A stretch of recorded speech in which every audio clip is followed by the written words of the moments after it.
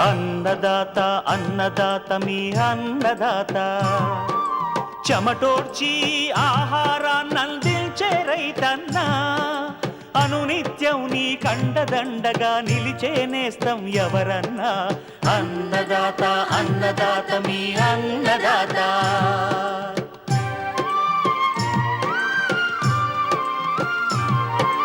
నూతన రీతుల సాగుబడికి, నూరింతలు పెరిగే దిగుబడికి సూచనలిచ్చే సస్య రక్షణకు, పశు పోషణకి శాస్త్ర విజ్ఞానం అందించి ముందుకు నడిపే తెలుగు రైతు భారతదేశానికి మకుటం అయ్యేలా తీర్చిదిద్దే ఆశయంతో మిమ్ము మేలు కొలిపేది అన్నదాత. అన్నదాత అన్నదాత మీ అన్నదాత. అన్నదాత అన్నదాత మీ అన్నదాత. అన్నదాత ప్రేక్షకులకు నమస్కారం. ఈనాటి ముఖ్యాంశాలు: సాధారణ రకాల వరి విత్తనోత్పత్తిలో మెళకువలు, రబీ నువ్వు సాగు వివరాలు,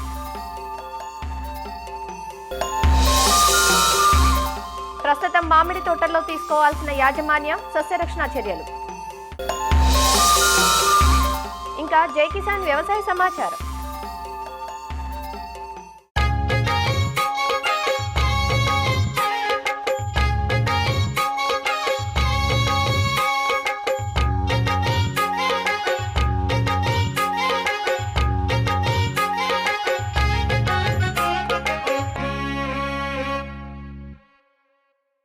వ్యవసాయంలో విత్తనం ప్రాముఖ్యత ప్రత్యేకమైనది.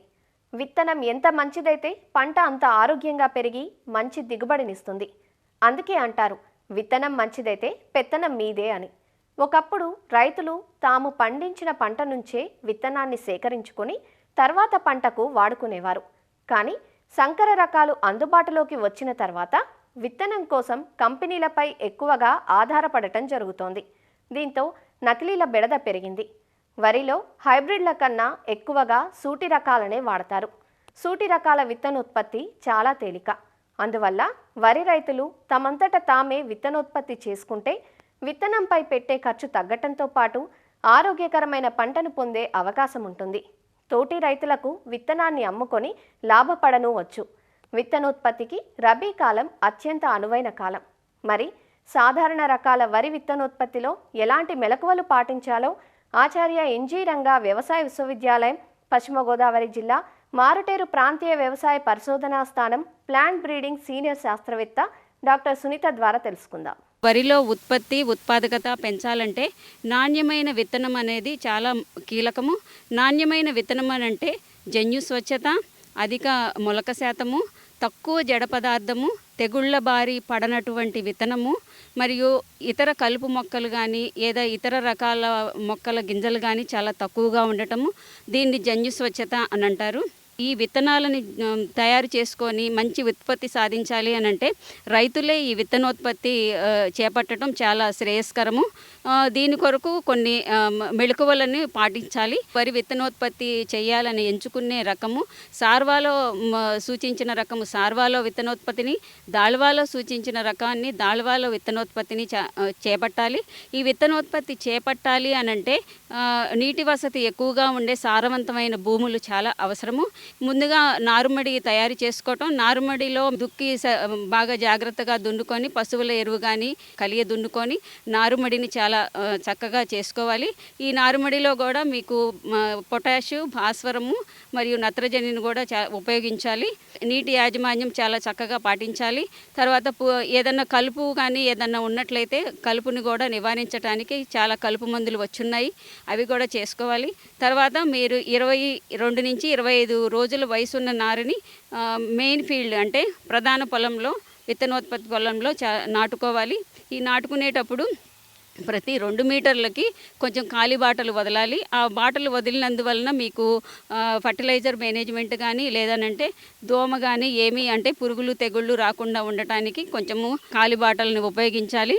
తర్వాత ఎప్పుడైనా సరే నీటి ఎద్దడి లేకుండా మాత్రం చక్కగా చూసుకోవాలి. పూత దశలో మళ్ళీ గింజ గట్టిపడే దశలో నీటి ఎద్దడి రాకుండా చూసుకోవాలి. ఈ ప్రధానమైన అంశాలు ఏంటంటే వరి విత్తనోత్పత్తిలో కేళీల ఏరివేత. ఈ కేళీల ఏరివేత అన్నది 4 దశల్లో ఉంటుంది. దుబ్బు దశలో వచ్చేసేసి మీకు ఈ రకము ప్రస్ఫుటంగా ఆ రకాలే పొట్టి పొడవు కానీ ఏమన్నా ఉన్నట్లయితే ప్లస్ ఆకు రంగు ఒక లేత ఆకుపచ్చ కానీ లేకపోతే ఎక్కువ ముదురాకుపచ్చ రంగు కానీ అలాగా ఉన్న భౌతికంగా వేరే వేరే లక్షణాలు ఏమన్నా కనిపించినట్లయితే అలాంటి వాటిని సమూలంగా మొక్క మొత్తం కూడా తీసివేసేసుకోవాలి. తర్వాత పూత దశలో అని అంటే ముందుగా పుష్పించే మొక్కలు ఉన్నట్లయితే తీసివేసేసుకోవాలి. లేటుగా గట్టిపడే దశ ఏమన్నా ఉంటే కానీ అలాంటి మొక్కలను కూడా వేరువేసుకోవాలి. ఇంకోటి వచ్చేసేసి గింజ గట్టిపడే దశలో కూడా మొక్కలని చాలా జాగ్రత్తగా వరి పైరుని జాగ్రత్తగా పరిశీలించి ఎంచుకున్న రకానికంటే భిన్నంగా ఉండే రకాలు ఏమన్నా కనిపిస్తే మాత్రము ఖచ్చితంగా మనం వేరువేసుకోవాలి. తర్వాత వరి కోతకు ముందు కూడా ఒకసారి కేళీలను వేరువేసేసుకొని శుభ్రంగా మన పొలాన్ని మొత్తము వరి విత్తనోత్పత్తి క్షేత్రంలాగా చూసుకొని తర్వాత కోతకు వెళ్ళాలి. కోతకు వెళ్లే ముందు అంటే 90% కంకులు పరిపక్వానికి వచ్చిన వెంటనే కోసుకోవచ్చు. అదే కాకుండా పడిపోయి అంటే తుఫాన్లు కానీ ఏమన్నా చెప్పినప్పుడు పంటని కోయరాదు. ఎక్కువగా మనుషులతోటే కోయించుకోవటం శ్రేయస్కరము.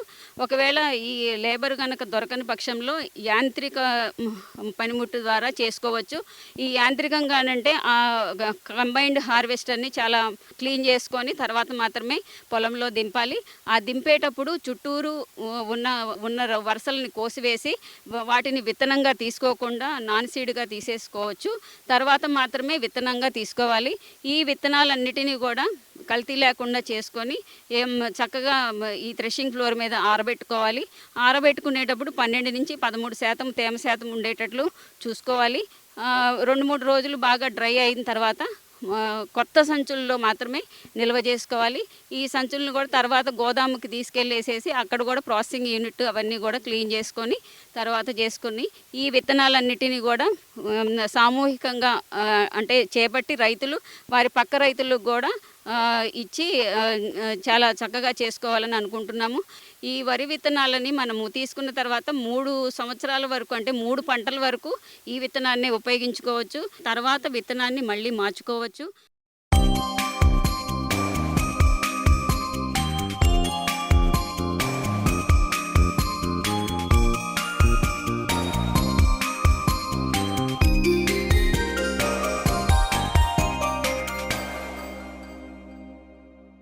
ఇటీవలి కాలంలో వాడకం పెరిగిన నూనె గింజల పంట నువ్వు. పెరుగుతున్న వాడకంతో ఇటీవల సాగు విస్తీర్ణం పెరిగింది. నువ్వును 3 కాలాల్లోనూ రైతులు సాగు చేస్తుంటారు. ఖరీఫ్లో పండించిన దానికంటే రబీ మరియు వేసవిలో ఆరుతడి పంటగా వేసినప్పుడు చీడపీడల బెడద తక్కువగా ఉండి విత్తన నాణ్యత పెరిగి ఎకరాకు 7 నుంచి 8 క్వింటాళ్ల అధిక దిగుబడులు పొందే అవకాశం ఉంటుంది. రబీ పంటగా నువ్వును కోస్తాంధ్ర జిల్లాల్లో డిసెంబర్ 2వ వారం నుంచి జనవరి 2వ వారం వరకు విత్తేందుకు అనువైన సమయం. 90 రోజుల్లో అందివచ్చే ఈ పంట సాగులో మేలైన రకాలను ఎంచుకొని తగిన యాజమాన్యం చేపడితే మంచి దిగుబడులు సాధించే అవకాశం ఉందంటూ రబీ నువ్వు సాగు వివరాలు తెలియజేస్తున్నారు ఆచార్య ఎన్జీ రంగా వ్యవసాయ విశ్వవిద్యాలయం ఆమదాల వలస కృషి విజ్ఞాన కేంద్రం సేద్య విభాగం శాస్త్రవేత్త డాక్టర్ కిరణ్ కుమార్. ప్రస్తుతం రైతు సోదరులందరూ కూడా రెండో పంట వరి కోసేసిన తర్వాత తక్కువ ఖర్చుతో మనకి అధిక దిగుబడి రావడానికి నువ్వు పంట అనేది చాలా చక్కగా సెట్ అవుతుంది. నేలలు మనం చూసుకున్నట్టయితే ఈ నేలల్లో మనకు నీరు ఇంకిపోయే నేలలు అలాగే మురుగు బయటికి పోయే నేలల్ని మనం ఎంచుకుంటే మంచిది. ఇక రకాల విషయం మనం గమనిస్తే రకాల్లో చాలా ప్రాచుర్యం పొందినటువంటి రకం అనేది YLM 66 66 అంటాం. ఇది శారద అనే రకం. ఇది 80 నుంచి 90 రోజుల్లో పంట చేతికి వచ్చేస్తుంది. ఎకరాకు 600 కేజీల వరకు కూడా దిగుబడి మనకు అందిస్తూ 51.5 నూనె శాతాన్ని కలిగి ఉండి మనకి కోస్తాకు అలాగే రాయలసీమ జిల్లాలకు కూడా అనువైనటువంటి రకము. ఇది మనకి బూడిద తెగుల్ని అలాగే ఆకుమచ్చ తెగుల్ని కూడా సమర్థవంతంగా తట్టుకొని పెరిగే రకం అనమాట. అలాగే YLM 17 ఇది మనకి 75 నుంచి 80 రోజుల్లో పంట చేతికి వచ్చేస్తుంది. ఎకరాకి 340 కిలోల వరకు కూడా దిగుబడి దిగుబడిని ఇస్తుంది. 52.5% వరకు కూడా నూనె ఉంటుంది. ఇది కోస్తా జిల్లాల్లోనూ అలాగే రాయలసీమ జిల్లాల్లో కూడా ఇది అనువైనటువంటి రకం. ఆకుమచ్చ తెగుల్ని తట్టుకొని పెరిగే రకం అనమాట. ఈ రీసెంట్గా మనకి వైఎల్ఎం 146 అనే రకం కూడా వచ్చింది. ఇది మనకి 80 నుంచి 90 రోజుల్లో మనకి పంట చేతికి వచ్చేస్తుంది. ఇది కూడా 6 నుంచి 7 క్వింటాల వరకు కూడా దిగుబడి మనకు అందిస్తూ లేత గోధుమ రంగులో ఉంటుంది. ఇది కూడా బూడిద రంగు తెగుల్ని సమర్థవంతంగా తట్టుకొని పెరిగే రకం కింద మనం చెప్పొచ్చు అనమాట. అలాగే విత్తనం మోతాదు మనం గమనించినప్పుడు 2 కేజీల విత్తనం అనేది 1 ఎకరాకు సరిపోతుంది. ఈ విత్తన శుద్ధి విషయానికి వచ్చినప్పటికీ నువ్వు విత్తనాలని థైరామ్ కానీ, క్యాప్టాన్ కానీ, మ్యాంకోజెబ్ని కానీ ఏదో ఒక మందుని 3 గ్రాములు 1 కేజీ విత్తనానికి పట్టించి మనం విత్తుకున్నట్టయితే ఈ చీడపీడలు రాకుండా మనము నివారించవచ్చు. విత్తే దూరం విషయానికి వచ్చినప్పటికీ అంటే మనం వరుసల్లో విత్తుకున్నప్పుడు వరుసకి 30 సెంటీమీటర్లు, అలాగే మొక్కకి వరుసలో మనకు 15 సెంటీమీటర్ల వరకు కూడా దూరాన్ని పెట్టుకొని మనం విత్తుకున్నట్టయితే ఈ బ్రాంచింగ్ ప్యాటర్న్ అంటే కొమ్మలు ఎక్కువగా వచ్చి కొమ్మల నుంచి కాయలు ఎక్కువగా రావడానికి ఆస్కారం ఉంటుంది. దిగుబడి కూడా ఎక్కువగా వస్తుందన్నమాట. అలాగే కలుపు యాజమాన్యం మనం గమనిస్తే కలుపు యాజమాన్యంలో కూడా ప్రధానంగా విత్తనం వేసిన వెంబటే ఈ పెండిమెథాలిన్ అనే మందుని 800 మిల్లీలీటర్ల నుంచి 1000 మిల్లీలీటర్ అంటే 1 లీటర్ వరకు కూడా మనం 200 లీటర్ నీటిలో కలిపి మనం పిచికారీ చేసుకున్నట్టయితే ఈ కలుపుని సమర్థవంతంగా అరికట్టవచ్చు. అలాగే 20 నుంచి 25 రోజుల లోపు ఒక అంతర్కృషి కనుక మనం చేసినట్టయితే ఇటువంటి కలుపు సమస్య రాకుండా దీంట్లో మనం సమర్థవంతంగా కలుపుని అరికట్టవచ్చు. అలాగే ఎరువుల యాజమాన్యం మనం గమనించినట్టయితే ఇది మనకి 16 కిలోల నత్రజని, 8 కిలోల భాస్వరం, 8 కిలోల పొటాష్ ఇచ్చే ఎరువులు మనం వేసుకున్నట్టయితే సరిపోతుంది 1 ఎకరాకు. ఎరువుల యాజమాన్యం చేసినప్పుడు కూడా నత్రజని 2 భాగాలుగా చేసేసి సగభాగము అలాగే మొత్తము ఎస్ఎస్పిని అలాగే మొత్తం ఎంఓపిని లాస్ట్ దుక్కులో వేసేసి కలిదునుతాం. అలాగే మిగిలినటువంటి సగభాగపు నత్రజని 30 రోజుల తర్వాత మనం వేసుకున్నట్టయితే మొక్క అనేది బాగా పెరిగి అధికంగా కాయలు వచ్చి మనకి ఎక్కువ దిగుబడి రావడానికి ఆస్కారం ఉంటుంది. ఇది మనకి నూనె గింజల పంట కాబట్టి భాస్వరాన్ని ఎప్పుడు కూడా సింగిల్ సూపర్ ఫాస్ఫేట్ రూపంలో వేస్తే దాంట్లో మనకి సల్ఫర్ అనేది ఉండటం వలన ఈ సల్ఫర్ అనేది ఆయిల్ శాతాన్ని పెరగడానికి మనకు అవకాశం ఉంటుంది. కాబట్టి ఎప్పుడు కూడా రైతు సోదరులు భాస్వరాన్ని నూనె గింజల పంటల్లో సింగిల్ సూపర్ ఫాస్ఫేట్ రూపంలో వేసుకుంటే బాగుంటుందన్నమాట. అలాగే నీటి యాజమాన్యం విషయానికి వచ్చినప్పటికీ విత్తనాలు విత్తిన వెంటనే ఒక తడి ఇస్తూ అలాగే 35 నుంచి 40 రోజుల్లో ఒక తడిని పోత్ దశలోను అలాగే కాయ ఏర్పడే దశలో నీటి ఎద్దడికి గురి కాకుండా పంట ఉండి అధికంగా దిగుబడి రావడానికి ఆస్కారం అనేది ఉంటుందన్నమాట. సస్యరక్షణ మనం గమనించినప్పుడు దీంట్లో ఎక్కువగా కూడా ఆకుముడత అలాగే కాయ తొలిచే పురుగు అనేది ఎక్కువగా ఆశించి పంట నష్టపోస్తూ ఉంటుంది. ఏవైతే పెద్ద ఆకులు ఉంటాయో వాటిని ఆకుని మనం గూడు కట్టడం కానీ లేదంటే ఈ పూత వచ్చినప్పుడు కాయ వచ్చినప్పుడు కాయను కూడా గూడు కట్టేసేసి దాంట్లో ఈ పురుగు అనేది ఉంటూ కాయ లోపల గింజలను కూడా తినేయడం కూడా మనం గమనించవచ్చు అనమాట. దీని నివారణ కోసం ముందుగానే 5% వేప గింజల కషాయాన్ని మనం పిచికారీ చేసి తగ్గించవచ్చు. లేదా పురుగు తాలూకు ఉధృతి ఎక్కువగా ఉన్నప్పుడు స్పైనోసాడ్ అనే మందుని 60 మిల్లీలీటర్లు 1 ఎకరాకు కలిపేసేసి మనం పిచికారీ చేసిన దీన్ని నివారించవచ్చు. అలాగే ఫ్లూబెండమైడ్ అనే మందుని కూడా 60 మిల్లీలీటర్లు 200 లీటర్ నీటిలో కలిపి మనం పిచికారీ చేసినా కూడా ఈ పురుగు తాలూకు ఉధృతిని మనం ఆపొచ్చు అనమాట. ఈ రసం పీల్చే పురుగులు కూడా మనకి పంట మీద ఆశించి నష్టపరుస్తూ ఉంటాయి. ఈ రసం పీల్చే పురుగుల ప్రధానమైనవి ఈ తామర పురుగులు అలాగే దోమ, పిండి నల్లి అనమాట. లేతగా వచ్చే ఆకులు అలాగే లేతగా వచ్చే కొమ్మ భాగాల దగ్గర చేరి రసాన్ని పీల్చేయడం వలన ఆకులన్నీ కూడా పసుపు రంగులోకి మారిపోవడం అలాగే మొక్క అనేది పొడుగు పెరగకుండా గిడసబారిపోవడం కూడా జరుగుతూ ఉంటుంది. ఈ రెండింటిని కూడా మనం నివారించాలంటే థయామెథాక్సోమ్ అనే మందుని 0.2 గ్రాములు 1 లీటర్ నీటి కలిపి పిచికారీ చేయొచ్చు. అలాగే ఎసిటామిప్రిడ్ కూడా 0.2 గ్రాములు 1 లీటర్ నీటి కలిపి పిచికారీ చేసినా కూడా ఈ రసం పీల్చే పురుగుల్ని మనం నివారించవచ్చు అనమాట. తెగుళ్ళ విషయం మనం గమనిస్తే దీంట్లో ప్రధానంగా వెర్రి తెగులు విషయానికి వచ్చినప్పటికీ ఇది మనకి రసం పీల్చే పురుగుల ద్వారా మనకి ఉధృతి అనేది పెరగడం అలాగే వ్యాప్తి చెందడం జరుగుతుంది. కాబట్టి ఈ ఏదైతే రసం పీల్చే పురుగులు ఉంటాయో వాటి తాలూకు ఉధృతిని అరికట్టడానికి ఈ ఎస్టామిప్రిడ్ కానీ థయామెథాక్సోమ్ కానీ వీటిల్లో ఏదో ఒక దాన్ని 0.2 గ్రాములు చొప్పున 1 లీటర్ నీటి కలిపి మనం పిచికారీ చేస్తే తగ్గుతుంది. ఆలస్యంగా విత్తినప్పుడు ఈ వెర్రి తెగులు అనేది ఎక్కువగా సమస్యగా ఉంటుంది కనుక మనం సకాలంలో పంట విత్తినట్టయితే వెర్రి తెగులు తాలూకా రావడాన్ని మనం ఆపొచ్చు అనమాట. ఈ బూడిద తెగులు కూడా ఎక్కువగా ఆశించి పంట నష్టపరుస్తూ ఉంటుంది. ఈ బూడిద తెగులు మనం గమనించినట్టయితే రాత్రిపూట ఉష్ణోగ్రతలు తక్కువగా ఉండటం పగటిపూట ఉష్ణోగ్రతలు ఎక్కువగా ఉండటం వలన ఆ ఉష్ణోగ్రత వ్యత్యాసం ఉండటం వలన ఏమవుతుందంటే ఈ బూడిద తెగులు అనేది ఎక్కువగా ఆశిస్తుంది.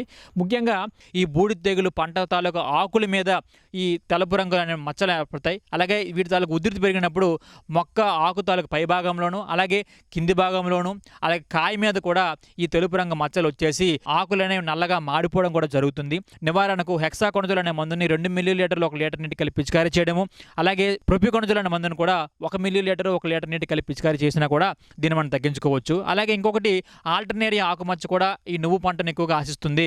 అయితే ఈ ఆల్టర్నేరియా ఆకుమచ్చ విషయానికి వచ్చినప్పటికీ ఇది కూడా ఉష్ణోగ్రత తగ్గిపోయినప్పుడు ఆశించడం అనేది మనం గమనించడం జరిగింది. ఆకు పై భాగాన ఈ బూడిద రంగులో కానీ లేదా లేత గోధుమ రంగులో కానీ మచ్చలు చిన్న చిన్నగా ఏర్పడతాయి. ఆ మచ్చను మనము గమనించినట్టయితే ఆ మచ్చ లోపల చిన్నగా వలయాలు అంటే సర్కిల్స్ కూడా మనం గమనించవచ్చు.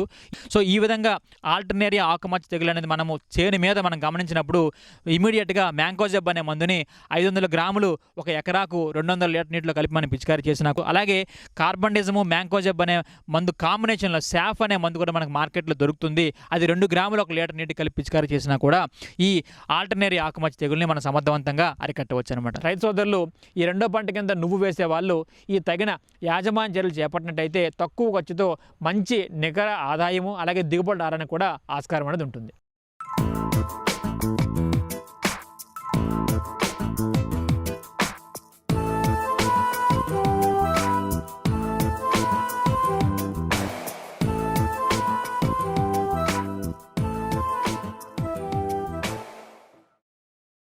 తెలుగు రాష్ట్రాలలో అధిక విస్తీర్ణంలో పండించబడుతున్న పండ్ల తోట మామిడి.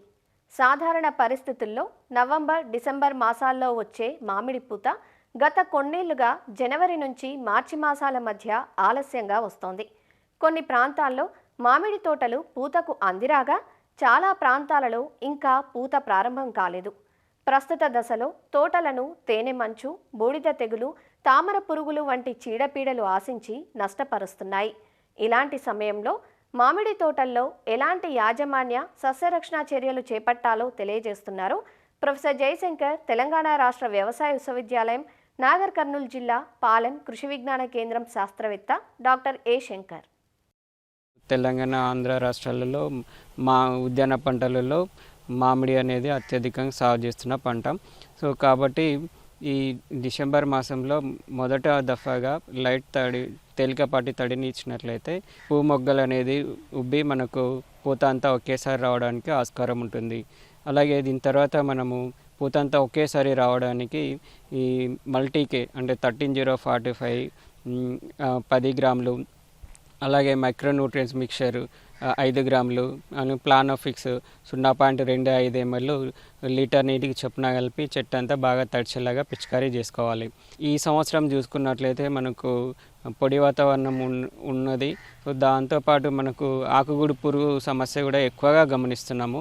సో ఆకుగూడు సమస్య పురుగుని మనము సమర్థవంతంగా నివారించకపోయినట్లయితే పూత వచ్చిన తర్వాత పూతను తినేయడము ఇలాంటి వచ్చి ఎక్కువ నష్టం జరుగుతుంది. కాబట్టి పూత రాకముందే దీన్ని సమర్థవంతంగా నివారించుకోవాలి. గూడు పురుగు నివారణ కొరకు మనకు ప్రొఫినఫాజ్ అనే మందు అయితే లీటర్కి 2 ml, లేదా ఇమామెక్టిక్ బెంజోయేట్ అయితే 0.4 గ్రాములు, లేదా కొరాజిన్ అయితే 0.3 ml, లేదా ఫ్లూబెండమైడ్ అయితే 0.3 ml లీటర్ నీటికి కలిపి పిచికారీ చేసుకొని ఈ సమర్థవంతంగా నివారించుకోవాలి. ఇంకా మనకు తేనె మంచు పురుగు అనేది బాగా సమస్యగా ఉంటుంది. తేనె మంచు పురుగు లేత కొమ్మల నుంచి, ఆకుల నుంచి రసం పీల్చడము, లేదా పూ కొమ్మల నుంచి రసం పీల్చడము చేస్తుంది. దీని ద్వారా పూత దశలో పూత అంతా మాడిపోయి మనకు ఎక్కువ నష్టం జరుగుతుంది. ఆకులపైన జిగురు వంటి మెరిసే పదార్థాన్ని విసర్జిస్తుంది. సో దీన్ని మనం గమనించిన వెంటనే రైతు సోదరులు ఈ తేనె మంచు పురుగు నివారణకు సమర్థవంతమైన నివారణ చర్యలు చేపట్టాలి. సో దీని కొరకు మనకు ప్రొఫినఫాజ్ అయితే 2 ml, లేదా క్లోరిఫైరిపాస్ అయితే 2.5 ml, లాంబ్డా సైలోత్రిన్ అయితే 1 నుంచి 1.5 ml, ఏదైనా ఒక మందును వేప నూనె 5 మిల్లీలీటర్లతో కలిపి 1 లేదా 2 సార్లు చెట్టు లోపల భాగాలు, కాండం పైన అంతా పైనుంచి కింది వరకు తడిచేలాగా ఒక 2 సార్లు పిచికారీ చేసుకొని మనం తేనె మంచు పురుగుని సమర్థవంతంగా నివారించుకోవాలి. డిసెంబర్ తర్వాత నుంచి మనకు మొగ్గ ఏర్పడము, మొగ్గ పగలడం జరుగుతుంది. సో జనవరిలో మనకు పూత ఏర్పడుతుంది. సో అప్పటి నుంచి మనము క్రమం తప్పకుండా నీటి తడులను తోటకు అందిస్తూ ఉండాలి. డ్రిప్ పద్ధతిలో చూసుకున్నట్లయితే నేల స్వభావాన్ని బట్టి ప్రతిరోజు మనకు 3 నుంచి 4 గంటల వరకు డ్రిప్ని రన్ చేస్తే అవసరం ఉంటుంది. తర్వాత మనకు ఈ బూడిద తెగులు అనే సమస్య కూడా చాలా ఎక్కువగా ఉంటుంది. ఈ చలి వాతావరణం ఉండడం వల్ల రాత్రి ఉష్ణోగ్రతలు తక్కువ ఉండి మరి పగటి ఉష్ణోగ్రతలు డ్రైగా ఉండడం వల్ల ఈ ఉష్ణోగ్రతల వ్యత్యాసం వల్ల బూడిద తెగుల సమస్య కూడా ఎక్కువ ఆశించే అవకాశం ఉంటుంది. ఈ బూడిద తెగులు అనేది మనకు పూత విచ్చుకున్న తర్వాత మనకు వచ్చినట్లయితే బాగా నష్టం జరుగుతుంది. సో ఈ పూమొగ్గలు తెల్ల పూత ఏర్పడక ముందే ఈ తెగులను కూడా మనం గమనించిన వెంటనే సమర్థవంతంగా నివారించుకోవాలి. మనకు చూసుకున్నట్లయితే కార్బనిజం ప్లస్ మ్యాంకోజెబ్ కలిసిన మందు అయితే లీటర్కి 2 గ్రాములు, లేదా మనకు హెగ్జాకొనజోల్ అయితే లీటర్కి 2 ml, టెబుకొనజోల్ ప్లస్ ట్రైఫ్లాగ్జిస్ట్రోబిన్ అనే మందు అయితే లీటర్కి 0.75 నుంచి 1 గ్రాము మందుని పిచికారీ చేసి నివారించుకోవచ్చును. పూమొగ్గలు విచ్చుకునేటప్పుడు ఎలాంటి మందులు పిచికారీ చేసుకోకుండా ఉన్నట్లయితే పరాపరాగ సంపర్కానికి దోహదం చేసేటువంటి కీటకాలు తోటలో నశించకుండా ఉంటాయి. ఈ తెల్ల పూత దశకు ముందే 1 లేదా 2 సార్లు ఈ పురుగు మందులను సమర్థవంతంగా పిచికారీ చేసి మనము సమస్యలను నివారించుకోవాలి.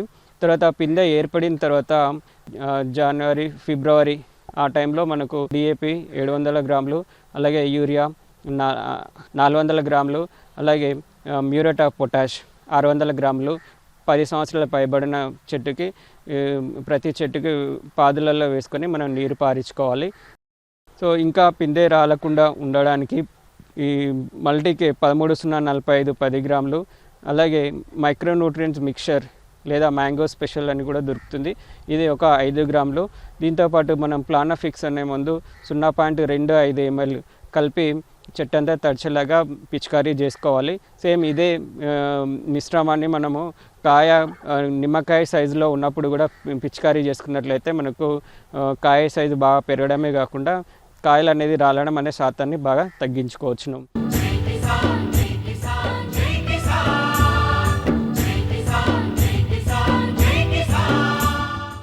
వ్యవసాయ సమాచారం ఇప్పుడు జై కిసాన్లో చూద్దాం. ఆంధ్రప్రదేశ్లోని శ్రీ వెంకటేశ్వర పశువైద్య విశ్వవిద్యాలయం పరిధిలో పాడి పరిశ్రమ వృద్ధిపై విస్తృత పరిశోధనలు జరుగుతున్నాయి. వ్యాధుల నియంత్రణ, బ్రీడ్ పరిరక్షణ, పశువుల అభివృద్ధి వంటి అంశాలపై అధికారులు, పశువైద్యులు ముందుకు సాగుతున్నారు. ముఖ్యంగా గుంటూరు జిల్లా లాం, మహానంది, పలమనేరు పరిశోధనా స్థానాల్లో పశువులు, జీవాలపై పరిశోధనలు జరుగుతున్నాయి. అలాగే వ్యాధి నిర్ధారణ ప్రయోగశాల ద్వారా రైతులను ఎప్పటికప్పుడు అప్రమత్తం చేస్తున్నామంటూ శ్రీ వెంకటేశ్వర పశువైద్య విశ్వవిద్యాలయం పరిశోధనా సంచాలకులు డాక్టర్ శ్రీలత వివరిస్తున్నారు. మన వెటర్నరీ యూనివర్సిటీలో రీసెర్చ్ అనేది పలు విధాలుగా జరుగుతున్నది.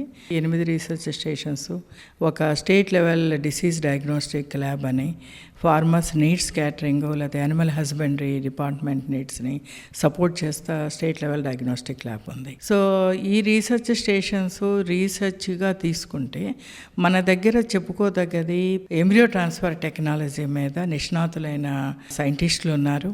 ల్యాంఫామ్తో పాటు మహానంది కూడా ఒంగోలు బ్రీడ్ మీద కాన్సన్ట్రేషన్ చేయటం జరుగుతున్నది. అలాగే సిద్ధిరాంపురం, బనవాసి, బ్రౌన్ షీప్ అనేది రేట్ చేస్తున్నాము. అండ్ ఇంకొక మేజర్ స్టేషన్ ఏంటంటే పలమనేరు రీసెర్చ్ స్టేషన్. ఇక్కడ మనకి చాలా ముఖ్యమైనది పొంగనూరు బ్రీడ్ని అనేది రేర్ చేస్తున్నాం అక్కడ. తర్వాత బ్రౌన్ షీప్ అనేది. ఈ ఫార్మ్స్తో పాటు మరి state level disease diagnostic lab అన్నాం కదండి, ఇది ఎక్కడ డిసీజ్ అవుట్ బ్రేక్ వచ్చినా కూడా ఆ సైంటిస్టులు వెళ్ళి శాంపుల్ కలెక్ట్ చేసి డయాగ్నోసిస్ అనేది ప్రాపర్గా ఇవ్వటం జరుగుతున్నది.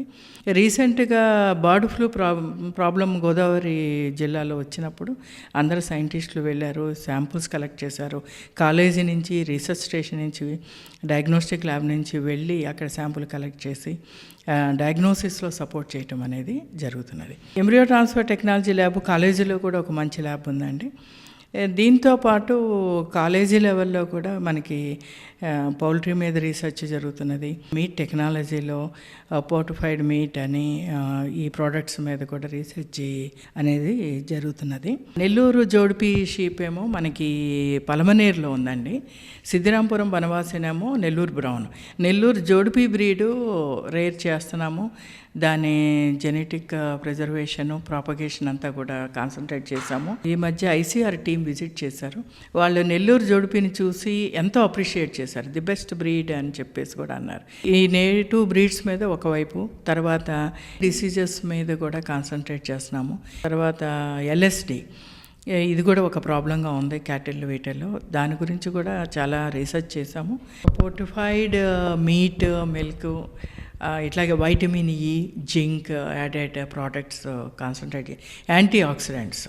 ఫోర్టిఫికేషన్ అనేది antioxidants. So LPT department livestock product technology దాని మీద కాన్సన్ట్రేట్ చేస్తున్నారు.